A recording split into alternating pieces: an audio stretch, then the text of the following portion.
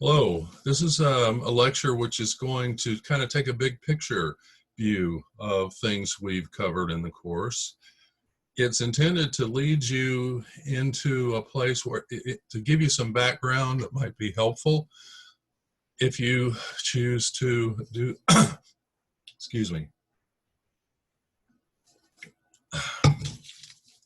that'll be helpful if for the final exam assignments, the questions about the film, The Anthropocene. It's a very interesting film. In this lecture, I will go into a little more detail about what the Anthropocene is than you already know, not as much as in the film, of course. That would be pointless, and so basically, a big picture view is going to be about social change and some of the major social problems and existential threats to our continued existence in a fairly to the comfortable way of life to the extent we have it on this planet. So we cover several things: the environment, globalization, industrial revolution, pandemics a bit. So let's, without further delay, let me share my screen and we'll get going.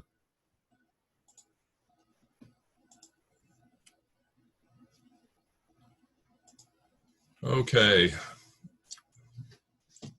If I seem to be running out of gas from time to time, it's because I am. I just talked for an hour and I'd forgotten to hit the record button, so I'm going to be moving as quickly as I can.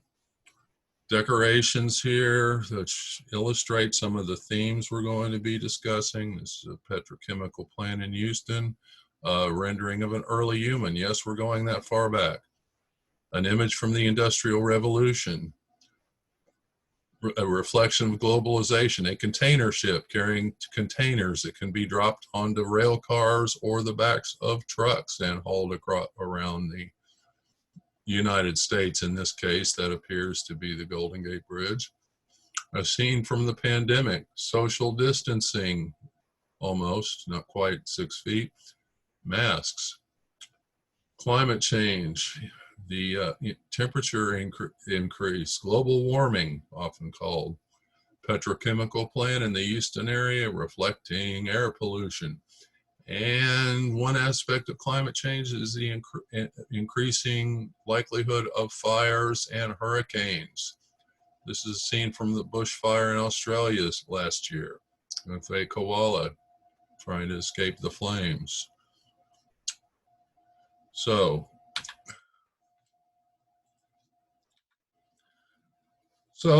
we all came from Africa. That is the evidence now. It's fairly good evidence because we've learned to sequence the entire human genome to determine what genes are, in each of our cells. We have the same DNA in basically every cell with one exception, but no need to go into that. We have humans coexisted with other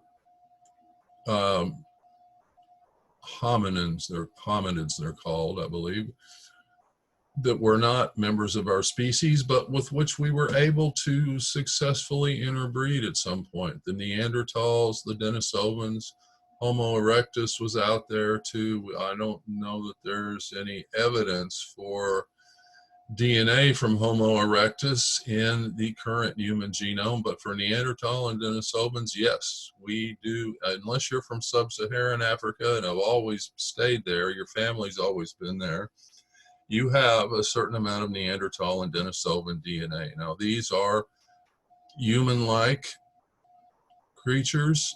Neanderthal, they could probably blend into a crowd in the modern world. They looked a little bit different. They had larger brains than we do, and they're a little bit taller. Other parts of the bone structure was different. Denisovans, there have only been a few finds of those from Russia, actually, so I'm not certain about those. This time scale, 100,000 years, 200,000, 300,000. So they've pushed the origin of Homo sapiens back to around 300,000 years in this rendering. Usually I see about 200,000 is a common number, but it changes. They find new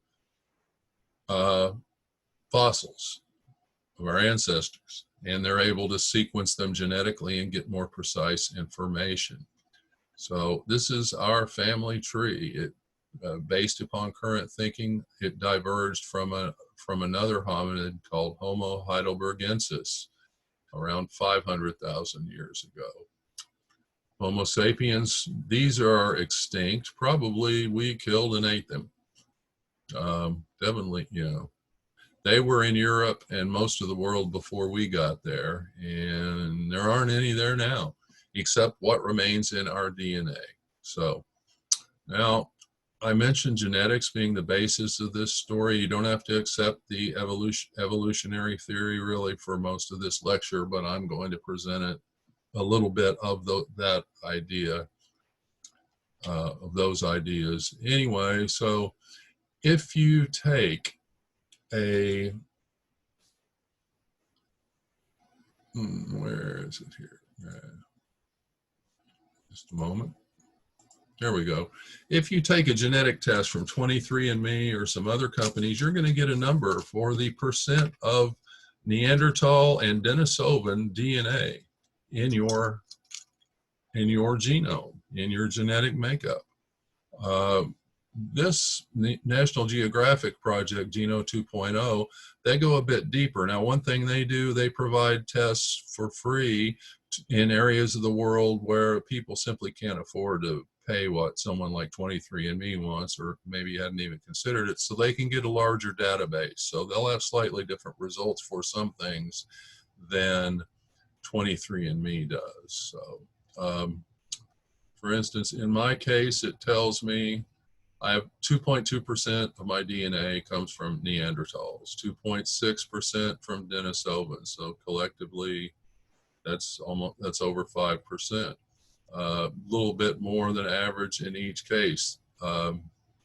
So what did we get from them? Well, it's believed that we received the immunity to a few diseases from our Neanderthal cousins.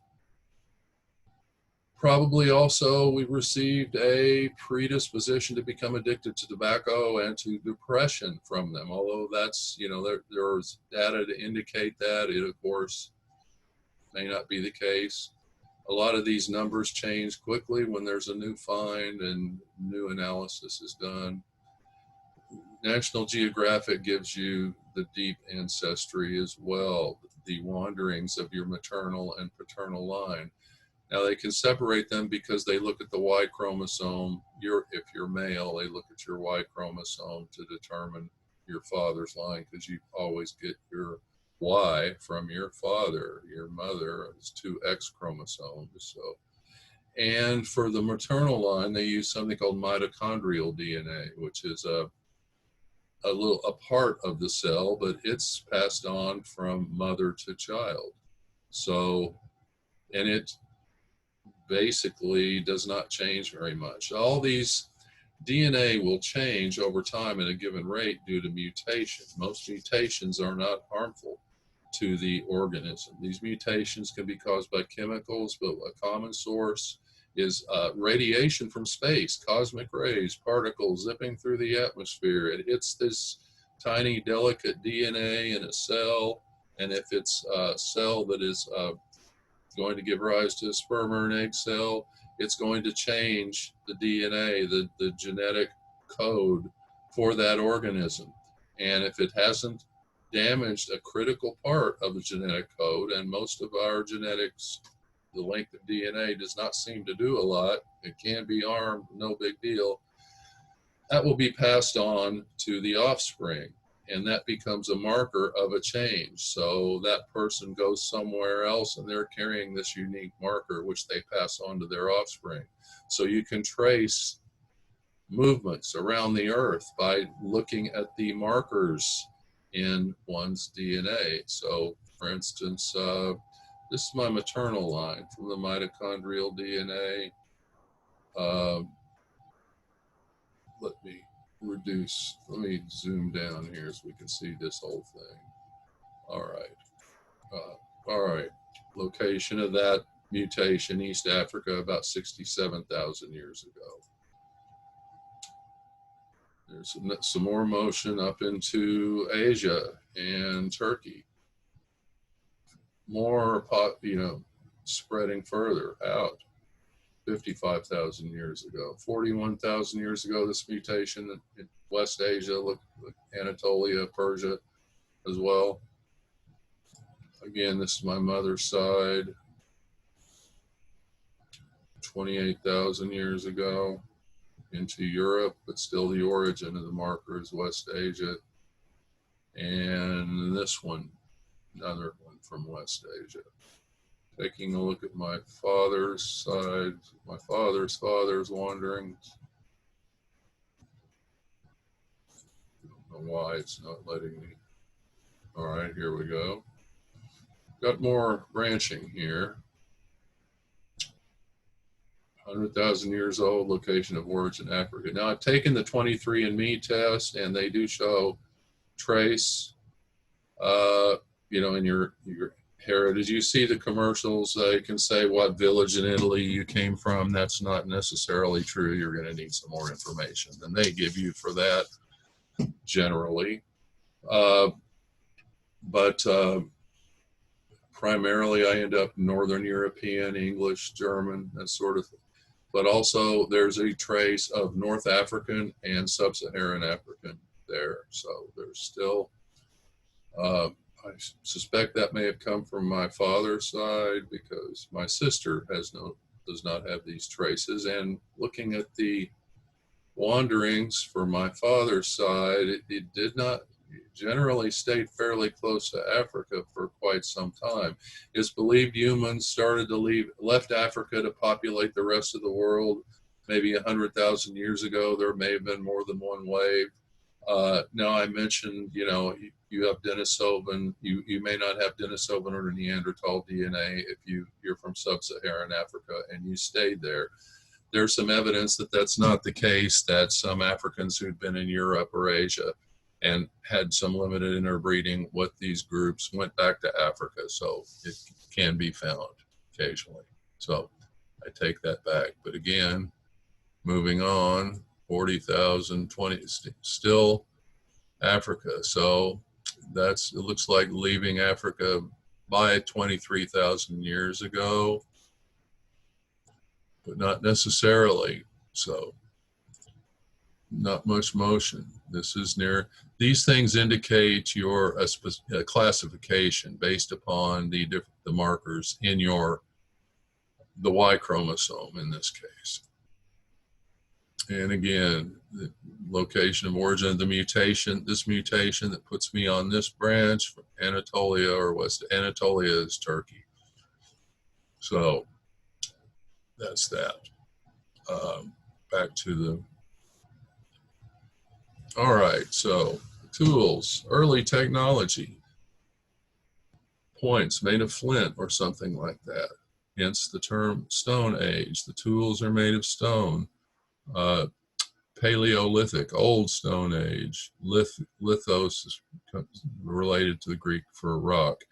Some very early art found on a cave in South Africa. This is the earliest artistic expression that's been found of human artistic expression. I forget right now the year. I think it's like 50, 60,000 years ago. What was believed to have been the oldest is this stuff, Chauvet Cave in France. It's easy to see what these are. These are lions. Lions were all over the world, Europe, North America, all over the old world, definitely. They were hunted to extinction. This is a lion man. This is a sculpture of some sort carved out of ivory. It turned out somebody was able to determine this was actually a female, so it's lion woman. This is in a museum in Germany somewhere, this cave. You can't go in the actual cave for the most part. Researchers can. They've actually built oh, it's not on the actual slideshow, sorry. They've actually built a replica of the cave somewhere else that can be visited by 33,000 years ago. Some sort of, this is uh, an auk, A-U-K, I believe.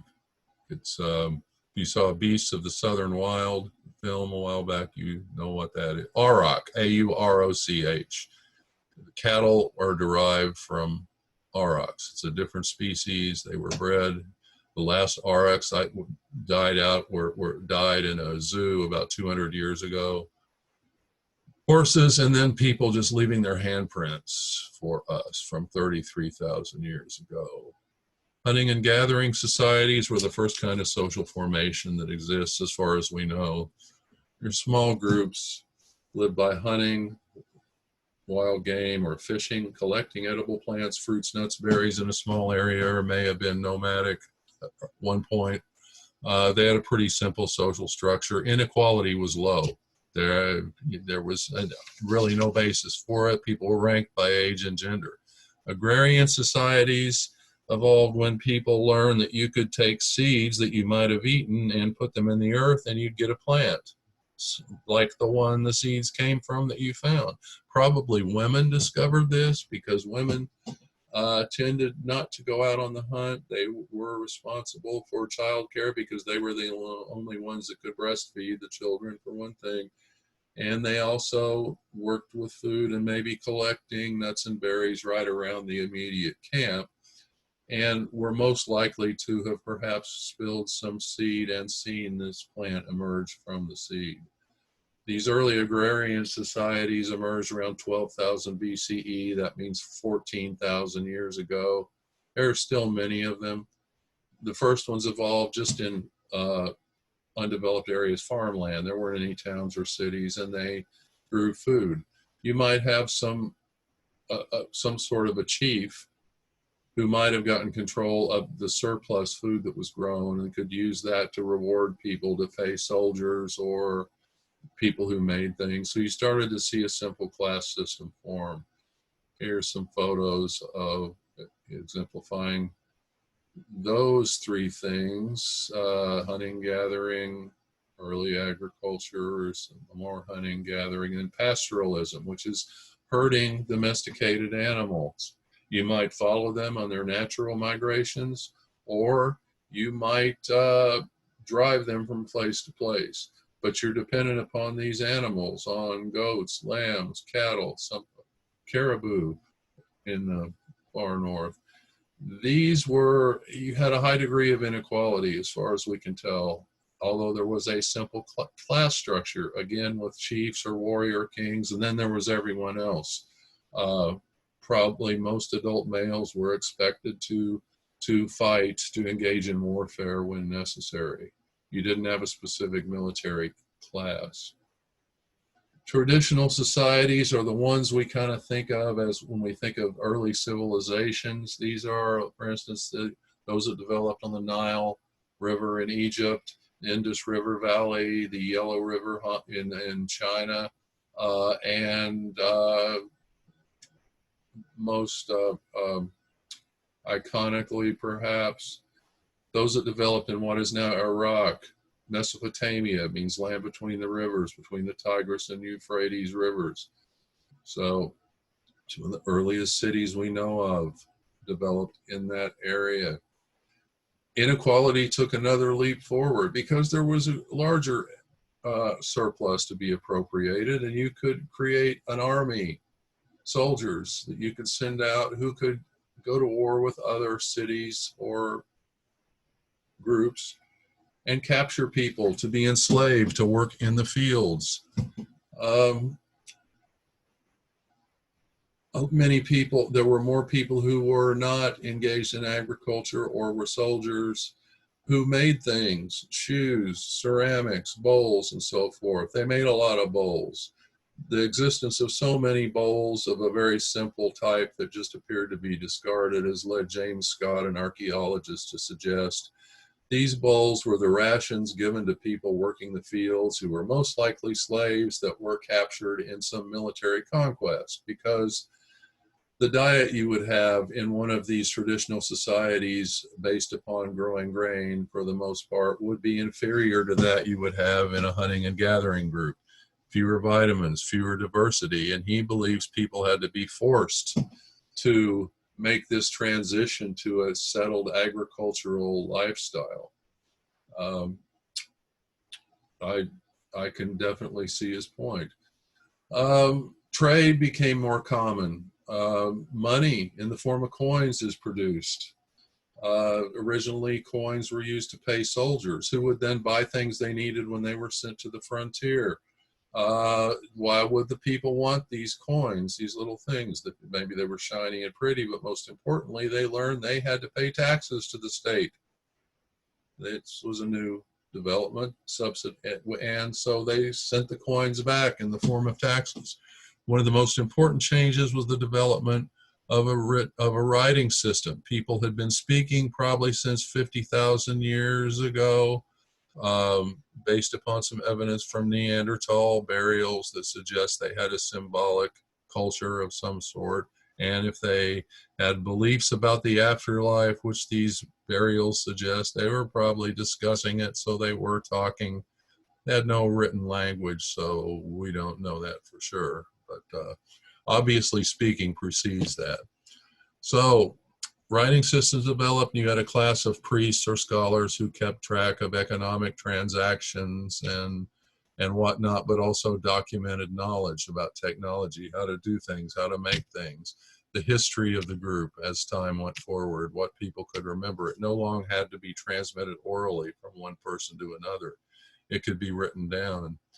Earliest writing systems, cuneiform. You're just taking cuneus is a wedge. They took a reed, which was kind of wedge shaped, and they pressed it into clay and baked the clay. And so you had a hard rock like thing, which had the record in it.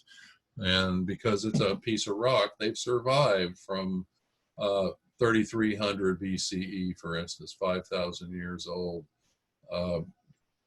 After the first Iraq War, a lot of these appeared on eBay. They still do. It's illegal now to sell antiquities of this type online. I'm sure in the dark web you can find this stuff. There are still things coming out of war zones in the Middle East and West Asia that are very valuable to archaeologists. Okay, I'm going to pause this and make sure that I am still recording. Yes, I am. Good. All right.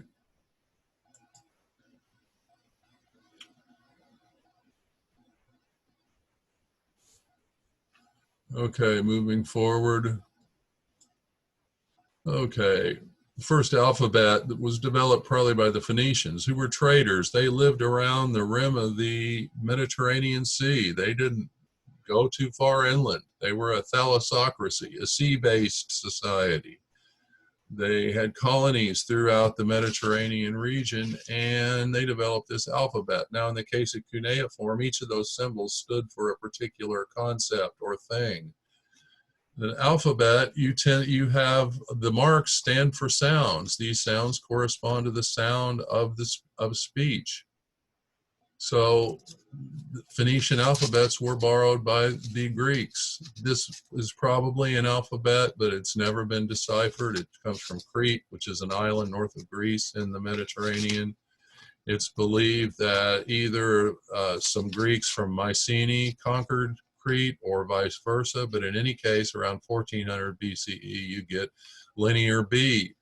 This has been deciphered. It can be read. It is an alphabet, and it formed the basis of ancient Greek. There's some ancient Greek. It's a record probably of a slave who was freed by their owner for one reason or another. It was common in the ancient world, along with a lot of slavery.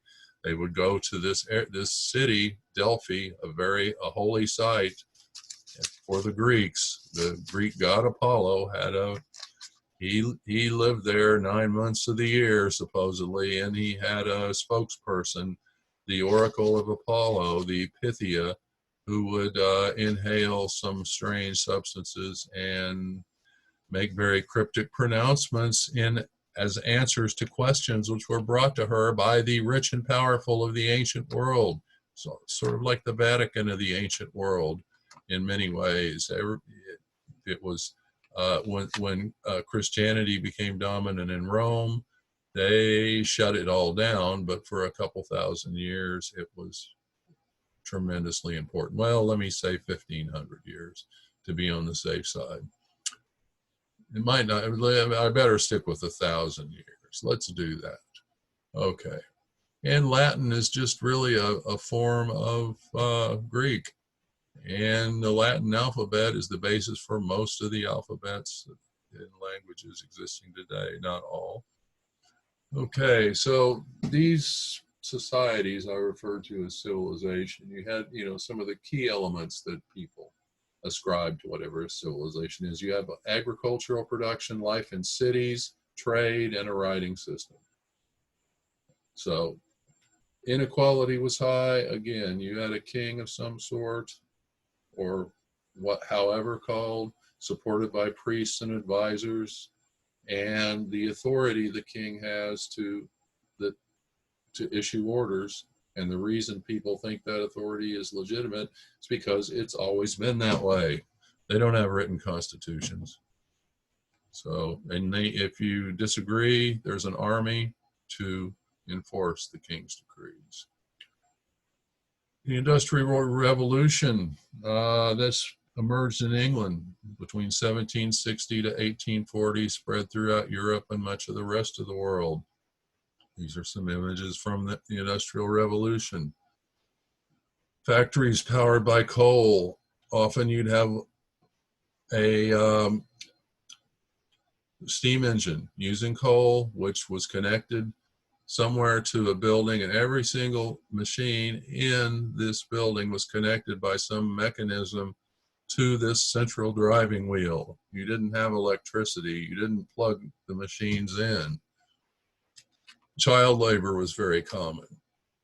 In some textile mills where clothing was manufactured from raw fibers, having displaced household manufacture of clothing and fibers by people who might have a loom in their own household, which was the typical way it was produced before the Industrial Revolution, to weave the fabric given to them by someone who acquired it in trade.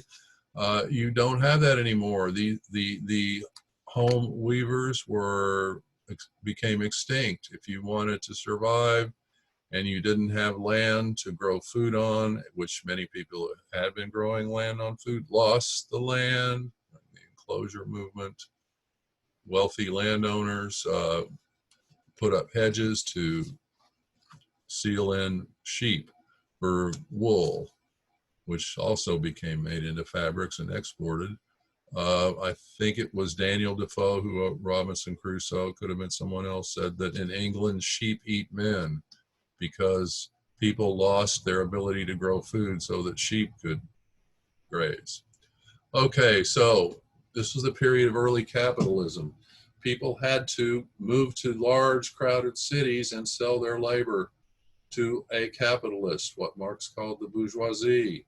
They became what Marx called the proletariat, the working class.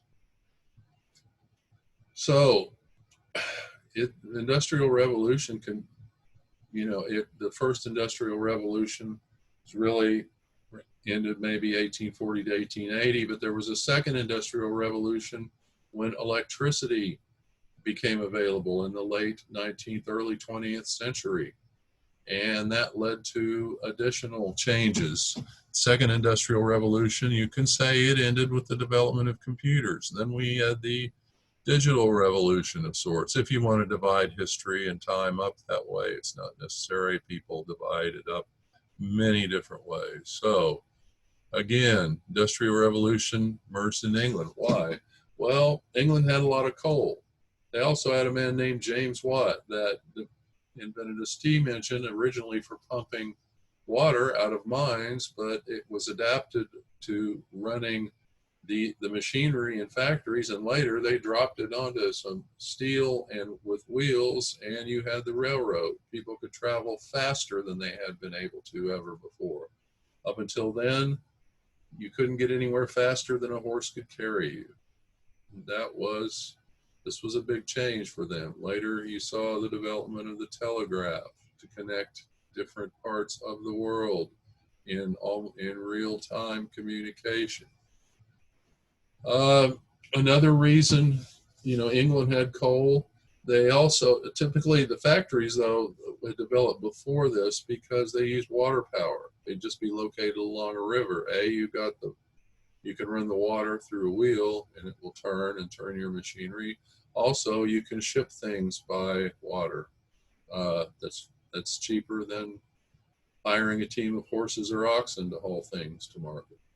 Also, the English had developed some more efficient agricultural techniques so that they didn't need as many people growing food to feed the entire country and still have a surplus for export. People were driven off their land and forced to work in factories. And one reason that you had child labor is because it took the labor of an entire family to survive. Wages were very low. Children, as I mentioned, in the textile mill, you might have 90% of the workforce were children. They could get their small hands into places to free jams in the machinery and so forth that adults could not. Consequently, there were a lot of injuries to children. They might work 12, 14-hour days, 6 days a week, just as an adult might. There were no child limitations on how long you could work a child. Those developed over time in the mid-19th century. I remember I think a law passed in the 1840s in England that a child could not work in a mine under age 12, and they could not work more than 10 hours in a regular factory, and so forth. So 10 hours a day, by the way. There was still a lot of social and economic inequality, as you'd seen in traditional societies, agricultural-based societies, but it's not as extreme. We're starting to see the development of a middle class. The nation state, the country, so-called Germany, France, England, became the strongest political actor. Before that, you might have separate kings, dukes, earls, and so forth, each with their own little armies, each with a certain area that they were sovereign over. This was all centralized under kings and, in some cases, elected governments. People began to think of themselves as citizens of a particular country, a large geographic area. This was a change. Benedict Anderson called the nation an imagined community because it had to be created. People had to believe they were part of it. It didn't spring out of the soil. Post-industrial society is an era that Daniel Bell said we moved into in the 70s, an era when more people were working in offices than in factories. Factory production was more efficient. This happened after the Second World War, in the 1940s, 50s, 60s. You didn't need as many people to produce all the goods which we were told to consume. We were becoming a consumer society. Shortly thereafter, the idea of a postmodern society emerged from sociologists and philosophers. The idea was that products, things, were not really the most important item that was produced in the modern economy. It was symbols and images, ideas. So still you had to have people producing the stuff. So that was never all that persuasive, and a lot of people settled on the idea that this post-modernity is just the same as the typical modern world of the 50s and 60s. It's just radicalized in a way. It's just different.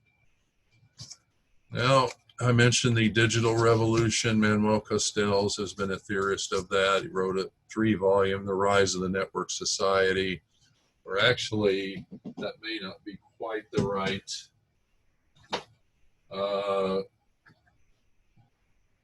Actually, the three-volume book is called The Information Age. First volume, published in '96, was called Rise of the Network Society. Said we'd entered this informational age that emerged in the '70s from things that happened in California's Silicon Valley, the San Francisco Bay Area.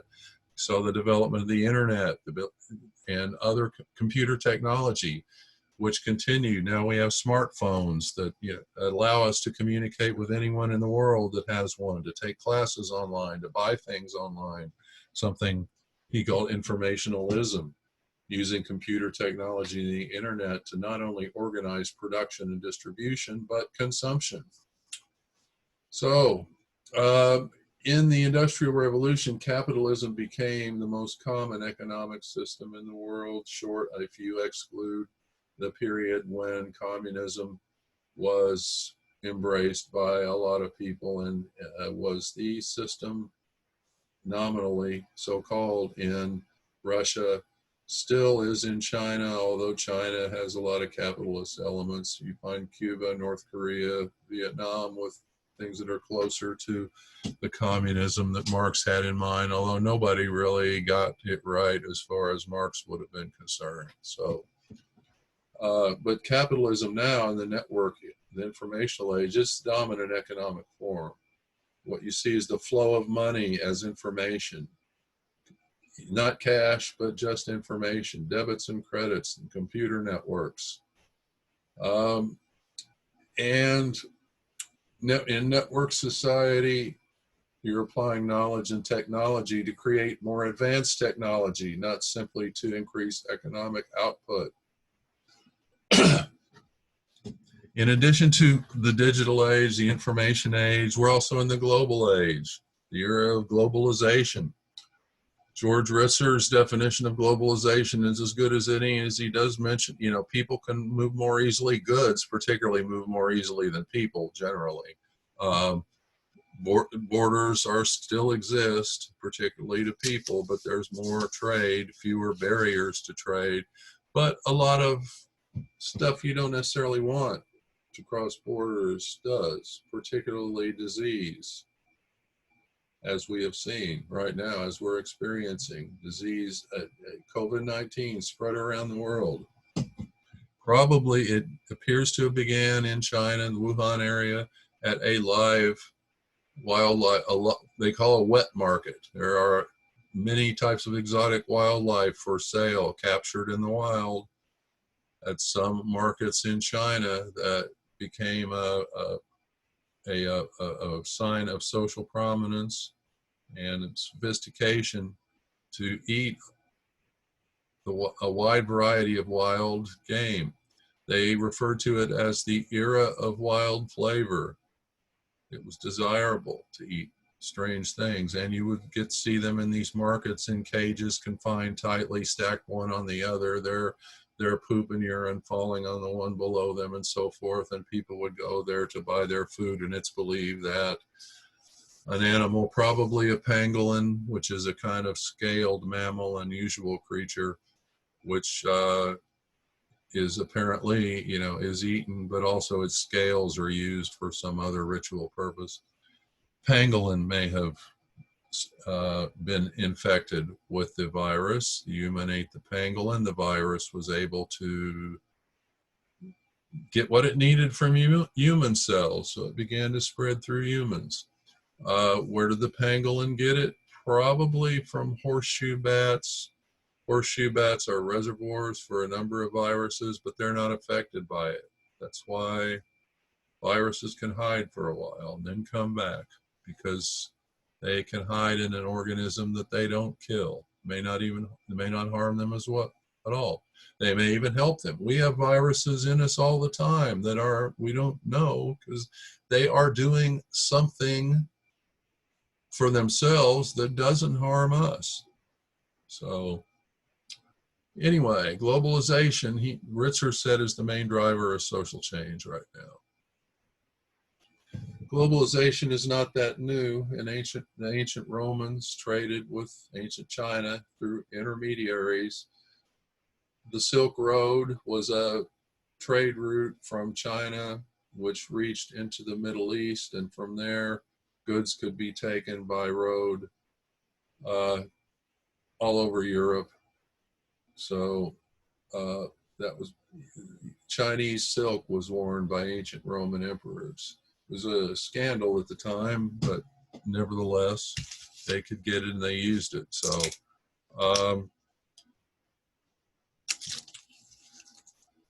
the Silk Road, there were several trade routes called the Silk Road. You would take one or the other depending upon political stability. You definitely wanted to travel through the safest route. So anyway, many people date globalization from kind of coterminous almost with the information age, but definitely after 1945 to 50, when trade agreements were made and barriers to trade were reduced, you start to see what more increasing global interconnections and interdependence, where the parts for some commodity are produced in multiple parts of the world. Okay, back to pandemics. Humans aren't the only creatures that are moving more quickly and easily. Bacterial and viral pathogens spread more quickly. There have been quite a lot of epidemics and pandemics since this era of globalization began. AIDS, it was first documented in 1959. It made its way to Europe and the United States in the 60s, probably 70s. It's debatable. It wasn't identified until 1983. And in 2018, there are 38 million people diagnosed with AIDS, which is caused by two different HIV virus, human immunodeficiency viruses.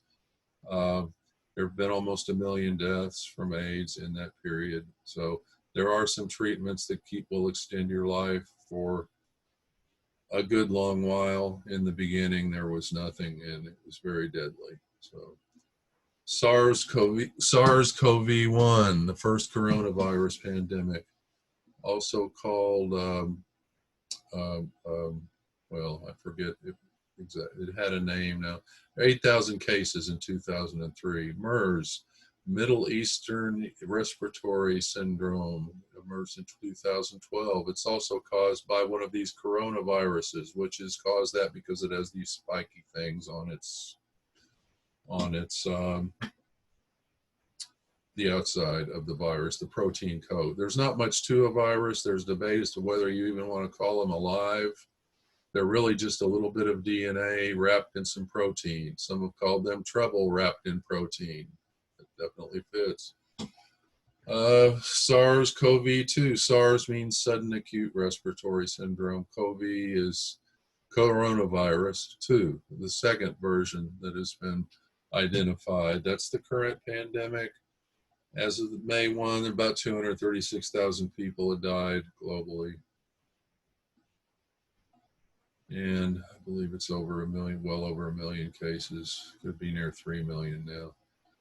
Okay, if you want to date the beginnings of modern global interchange at 1914, as the historian sociologist Henderson Hurst have, then you could include the Spanish flu as the first big and major pandemic. It's a type of influenza. It's the deadliest pandemic we've faced, really. 50 million people died between 1918 and 1919, about 500 million infected.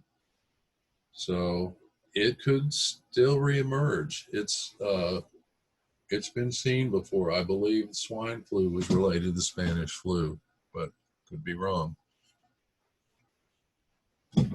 Okay, this is a transformative force. We probably are going to have a different kind of society globally as a result of what we're going through now. Definitely our social behavior is going to be different. The economy is changing drastically.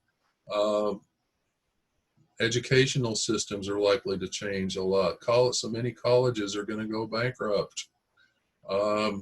There are a lot of small liberal arts colleges that were expensive, few students that were on the edge anyway. Many don't want to pay, 20,000, 30,000 a year to take online courses. Um, it remains to be seen how that's all going to play out. A lot of people have suggested their thoughts on what we're going to see. Um, some are, they're saying, oh, finally, we're going to be all telecommuting. We can live where we want in a place with a nice lifestyle, good weather, low house prices. Now, there's still, those people are typically more affluent than many of the people that they're not talking about, for instance. So that's why you hear a lot of that on a lot of commentary on the talking heads, so to speak, in the news media. Those are the knowledge workers that can probably do that. They're forced to do that now. Many of them have wanted to do that. I mean, I've been telecommuting half my time for some time. I enjoy it. A lot of people don't.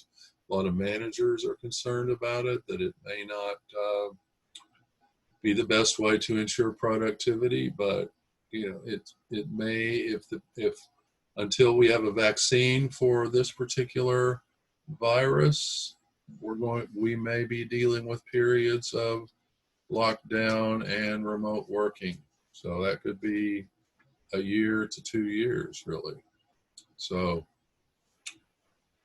one thing that's happened, what's been going on, it's illuminated once more the degree of inequality that we live with in an advanced capitalist society, where the wealthy can retreat to their vacation homes. They may have on staff, on call doctors, can even have celebrity chefs fly in to feed them for a week or two, or ship food from 100 miles from New York to their home in the Catskills or Adirondacks, wherever.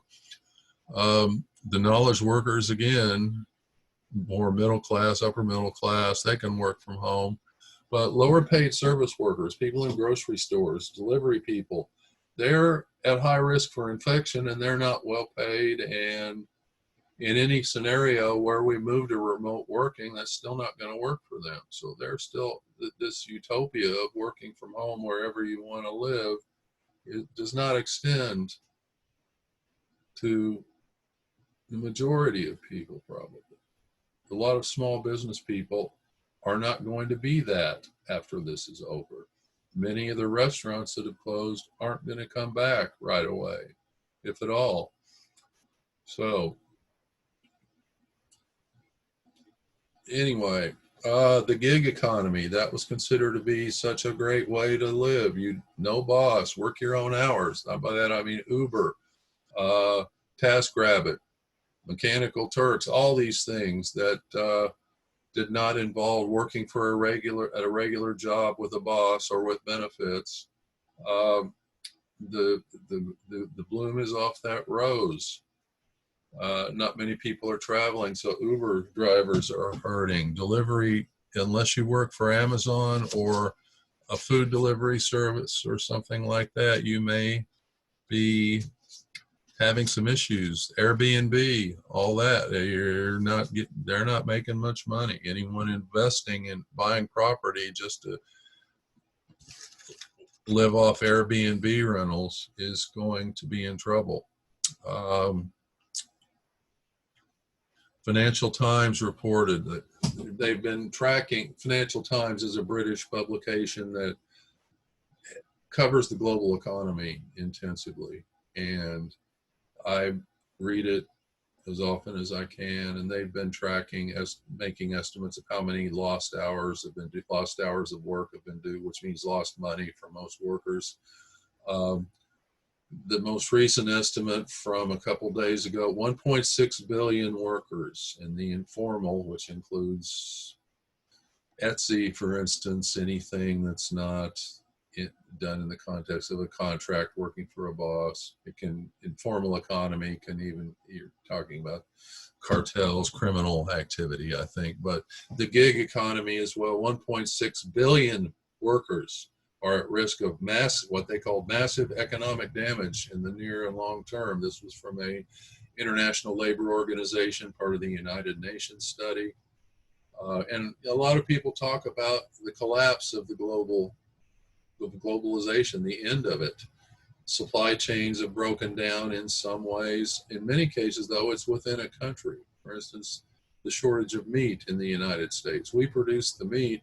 It's in short supply because so many packing plants where people are crowded together, working constantly in very unhealthful situations, usually prone to getting a lot of cuts as well. They've had such a high rate of infection, they haven't been able to operate.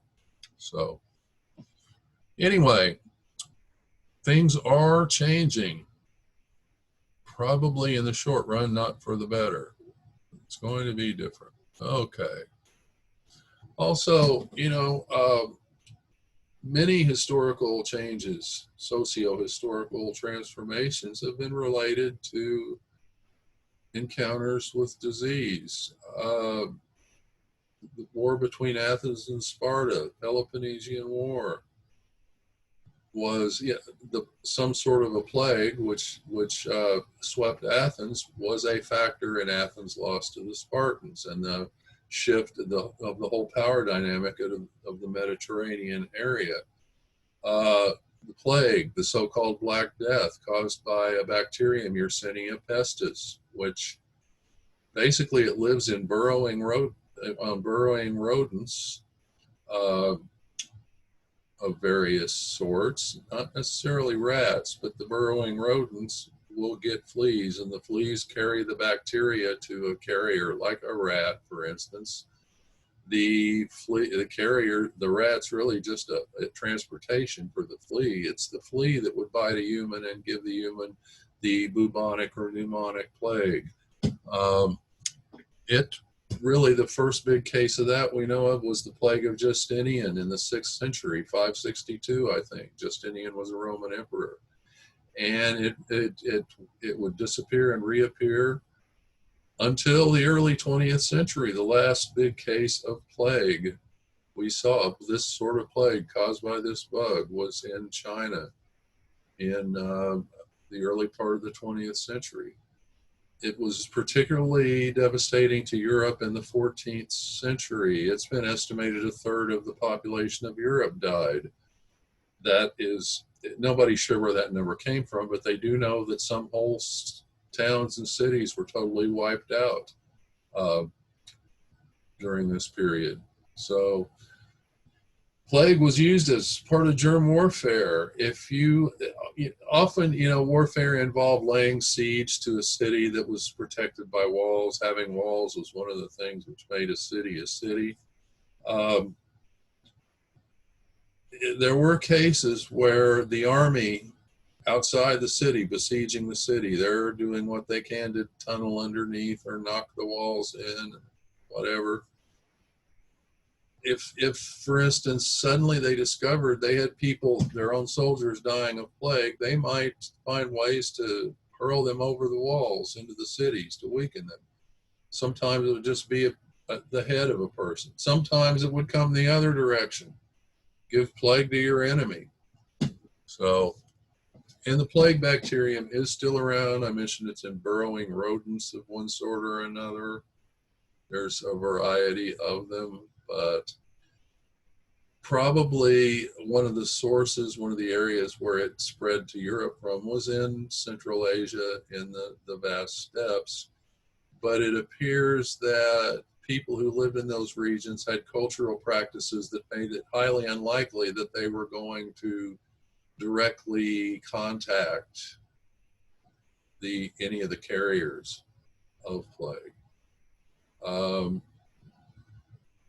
When it reached Europe by sea, by the way, from Turkey on a boat, on a ship, a shipment of grain, something like that, which docked in Genoa, and it was discovered every sailor on board had died. Europeans did not have those cultural practices that protected them. The plague bacterium is still around, and it is said, according to William McNeill in a rather interesting book from quite some time ago, Plagues and Peoples. about how disease has changed the course of history over and over.